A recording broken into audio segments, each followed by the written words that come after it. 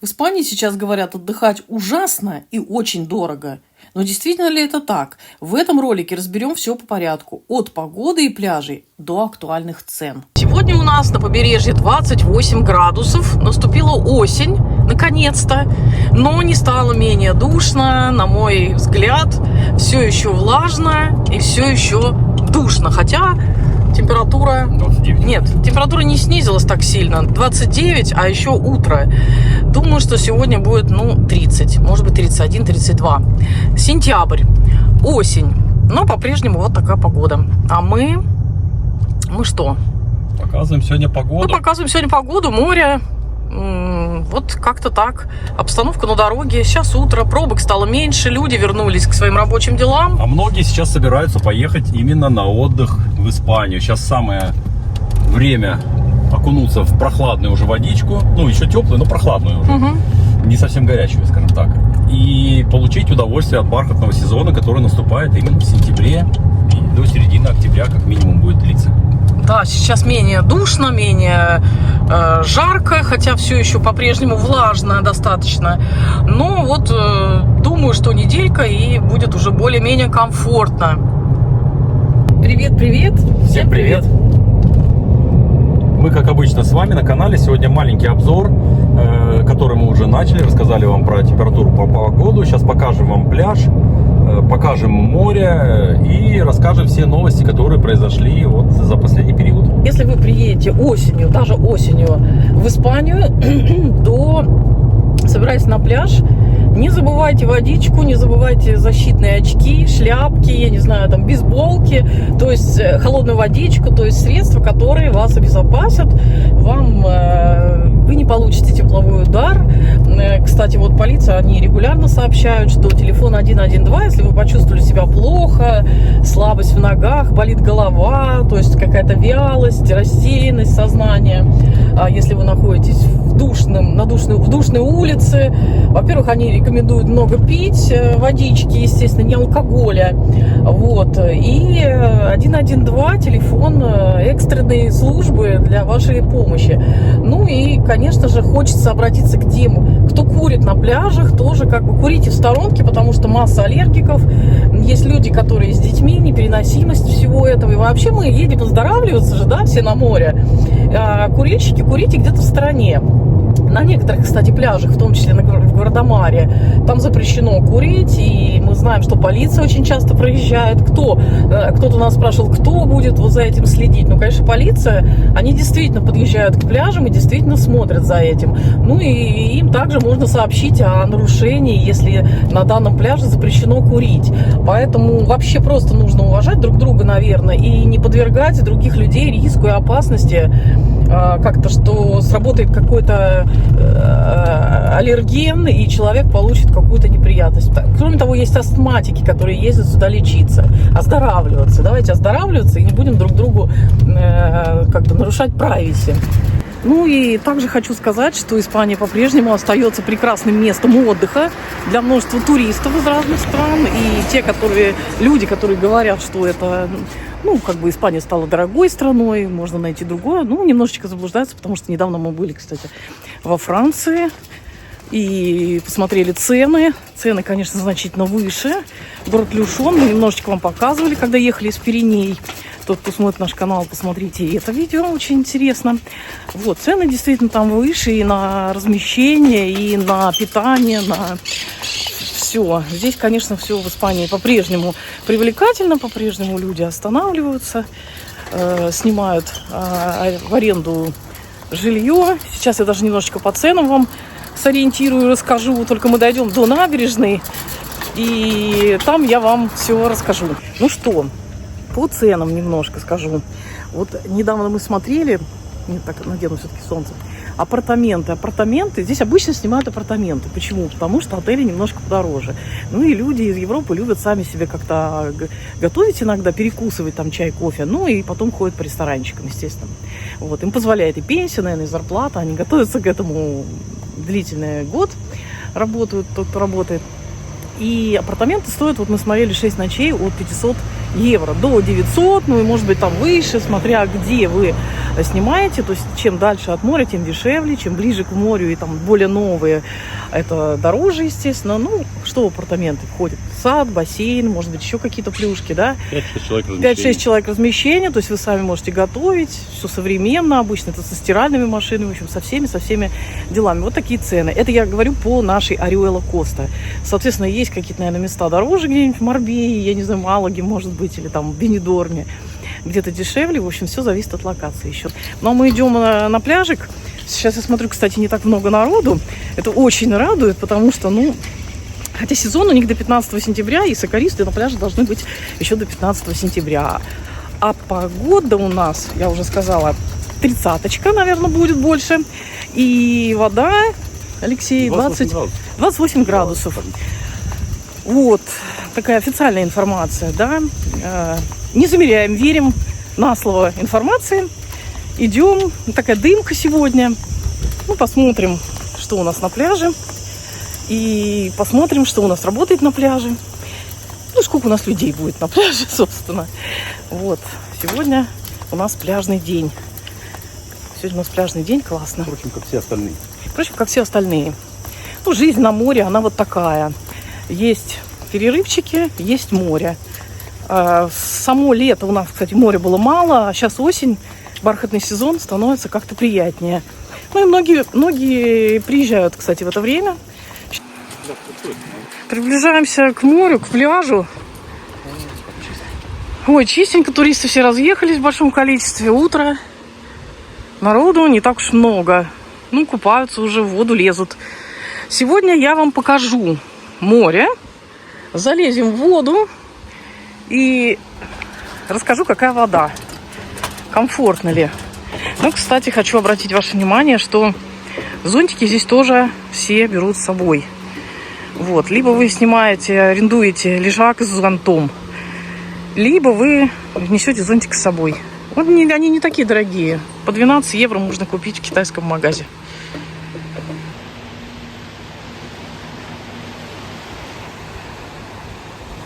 Ну, а если вы видите, например, аквабайки плавают вдоль буйков, вдоль пляжа, то это не обязательно те, которые отдыхают люди, то есть тот, кто либо рекламирует аквабайки, аренду, либо взяли в аренду, это еще и полиция так иногда контролирует пляжи, они осматривают, вот это, кстати, возможно, вот, они осматривают нарушителей, кто-то заплывает за буйки или ведет какую-то подводную охоту, не обозначив себя должным образом буйками, лицензию не имея. Ну, вот контролируют, либо какие-то нарушения на пляже. Поэтому на пляже стоит себя вести тоже достойно, потому что, так сказать, все бдят, все под контролем, все для безопасности местных и отдыхающих. Вот, поэтому вот так вот. Через какое-то время вот там вот на стульчике появятся сокаристы. Ну, а сейчас вы видите, вот посмотрели пляж, какой цвет флага будет вывешен, все зависит от безопасности моря, нет ли обратных течений, нет ли большой волны, всяких медуз и всяких прочих опасностей. Ну, люди уже в море, я думаю, что все хорошо, то есть уже все проверено. Потом придут сокаристы и вывесят соответствующий флаг. Но сегодня спокойная погода, так что мы спокойно идем на море. Ну что, береговой ресторанчик работает, уже открыт. Уже можно позавтракать, выпить свежий сок или чашечку кофе. И на пляж подъезжает сюда очень часто машина с хлебом. Продают свежий хлеб, булочки разные. Отдыхающие есть. Не так много, как в июле и в августе, но и погода комфортная. Называется это, ну, как вы понимаете, бархатный сезон, да? Почему бархатный? Потому что нежный такой, мягкий, достаточно такой, ну, еще пока жарковато, потому что начало осени, но еще вот неделька, и будет уже полегче, попроще, не так душно и влажно. Но по своему опыту могу сказать, что лучше, конечно, ходить до 12 и после 4-5 вечера. Потому что это самое безопасное время. Если сидеть целый день на пляже, то, конечно, можно и обгореть, и получить незаметно для вас тепловой удар. Вот. В этом году у меня такое немножечко было такое ощущение перегрева теплового. В Мурсии было 42, И буквально 10 минут на улице. И я как-то так уже ощутила, что еще чуть-чуть и будет мне нехорошо. Но, слава богу, есть вода, кондиционеры и понимание безопасности, как вести себя в жаркой стране.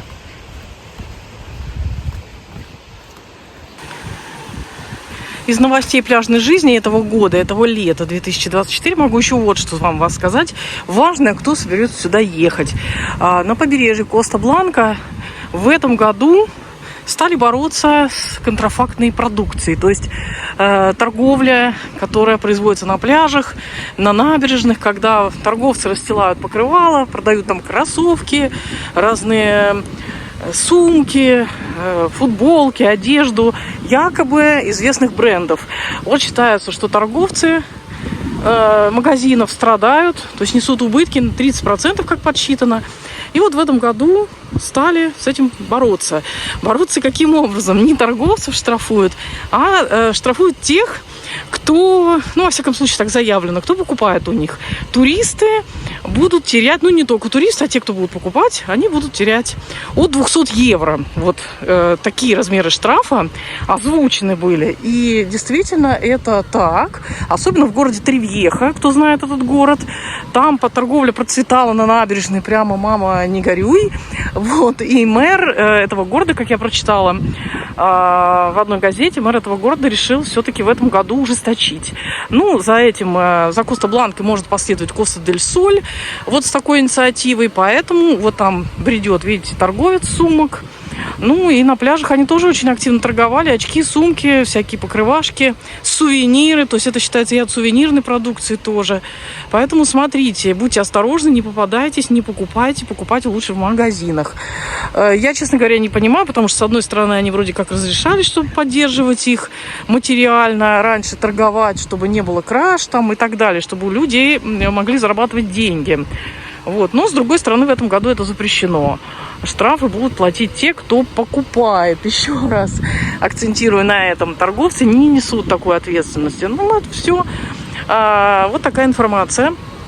Так что сами думайте, покупать или нет. Либо купить все в магазинах. Потому что в магазинах в июне, в июле были грандиозные у нас распродажи, огромные скидки. И действительно бренды можно было купить задешево. Ну, а мы двигаемся дальше.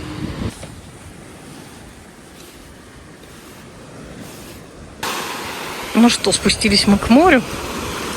Водичка еще хорошая. Утренние волняшки. И народу не так много. Ну, я думаю, что будут люди еще. Еще только утро. Вот такая погода. В сентябре. И такое вот море. Ну, наоборот, даже многие предпочитают в это время приезжать. Потому что действительно более прохладнее становится в воздухе. О новом законе. Приятная вода. Еще не холодная. Алексей мне протранслировал. Сейчас он, наверное, еще раз повторит. Ну что, все очень просто, чтобы всем было место на пляже. Приняли закон, что от края моря до первого зонтика должно быть не менее 8 метров. Для того, как чтобы... мы вымерять будем? Рулетками? Шагами посчитали. Да? С запасом. Поэтому зонтики на кромку моря ставить нельзя. И сказали, в этом году дается до следующего года после принятия не штрафовать, а со следующего года будут штрафовать, если вы зонтик поставите ближе 8 метров от края моря. А вы знаете почему? Потому что люди любят ходить вдоль моря, и все имеют право, в общем-то, перемещаться и заниматься спортом вдоль моря, загорать, отдыхать, ножки в воде мочить. Вот, поэтому, ну, это логично. А мы заходим в водичку.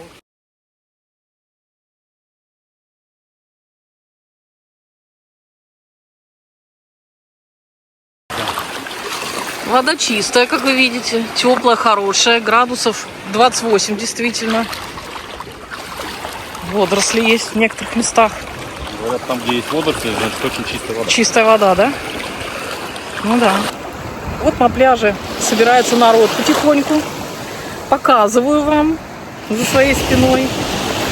Не снимаю прямо, потому что, ну, по соображениям приватности людей. Ну, вот вы видите, что люди есть.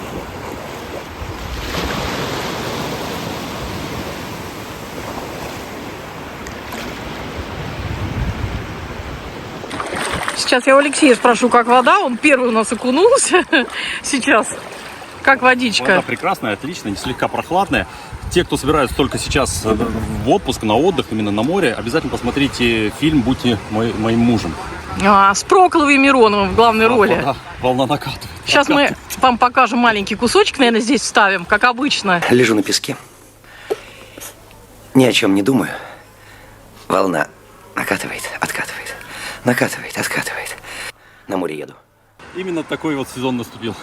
Да, приятная вода. Так что собирайтесь и vamos a la playa, если вы здесь живете. Ну, а если нет, берите билеты и первым самолетом летите на отдых. Но хочу сказать, что Испания — это не только юг, это, конечно же, и север, и Пиренеи, горы, острова. Нету лучшего или худшего города. Там, где нам комфортно, то и хорошо. Поэтому получаем удовольствие там, где живем.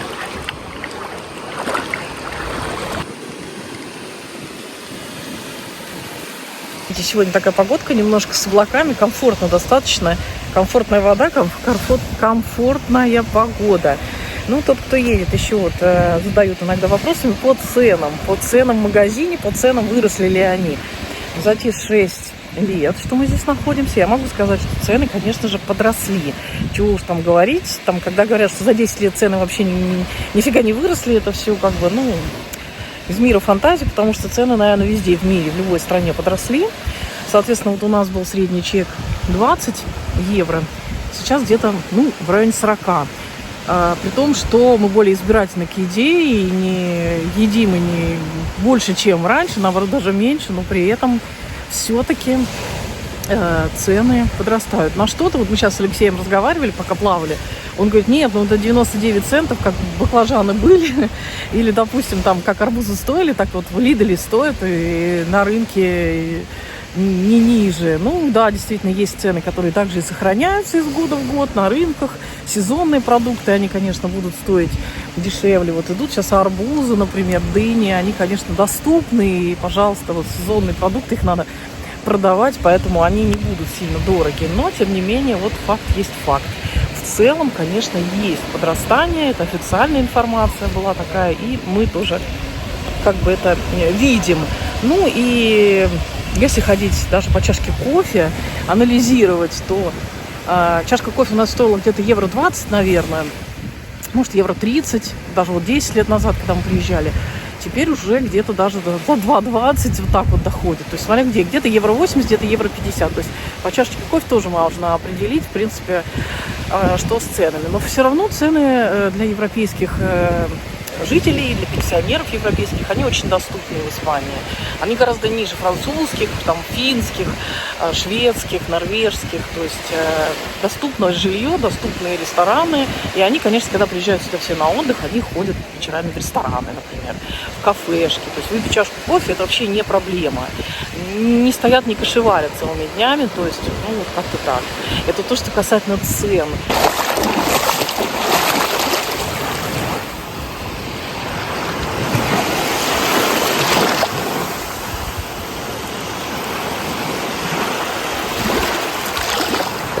Сейчас начинается уже такой не пиковый сезон, потому что в Европе это июль-август, пиковый сезон, отпуска и так далее.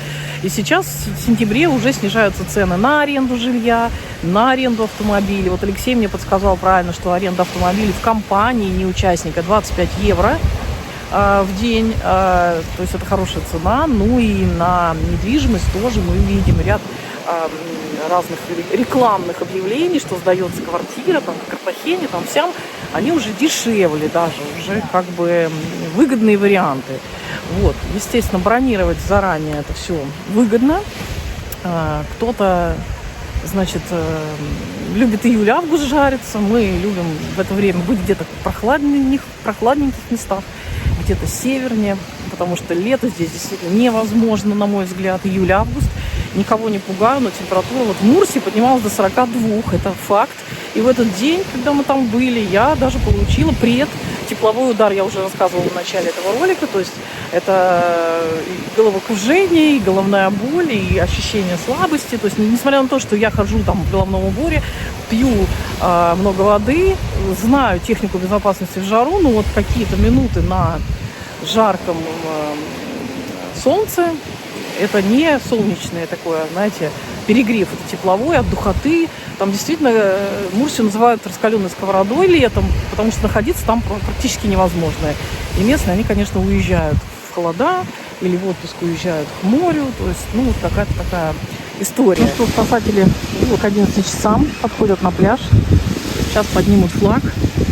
Я уже вижу, что он зеленый, то есть плавать сегодня можно. Море спокойное. Ну и на пляже сейчас народу меньше. Летом был просто ой-ой-ой.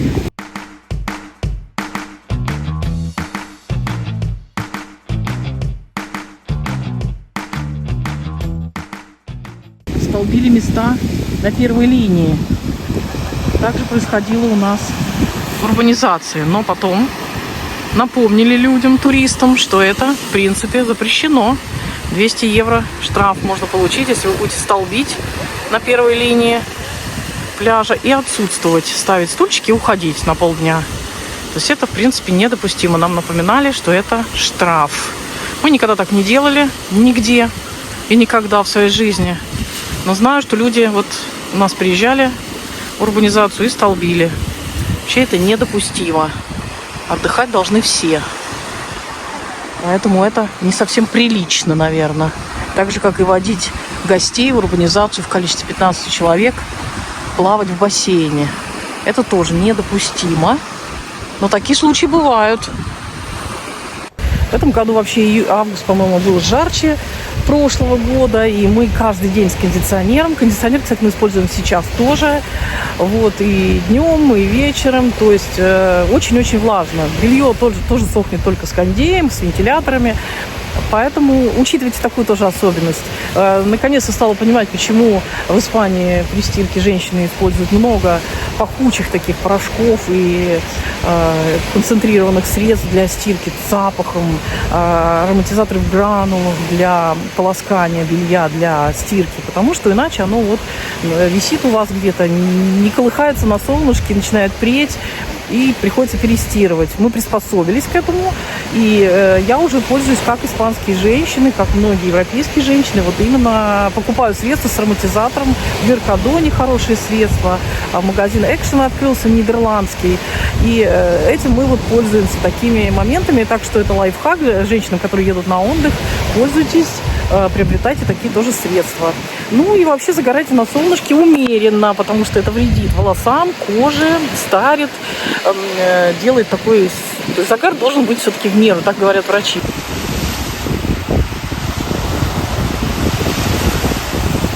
В этом году мы побывали во многих городах Испании, на севере, и на юге, и в центре, в Мадриде. Увидели столицу, еще раз увидели столицу нашего королевства, но более подробно.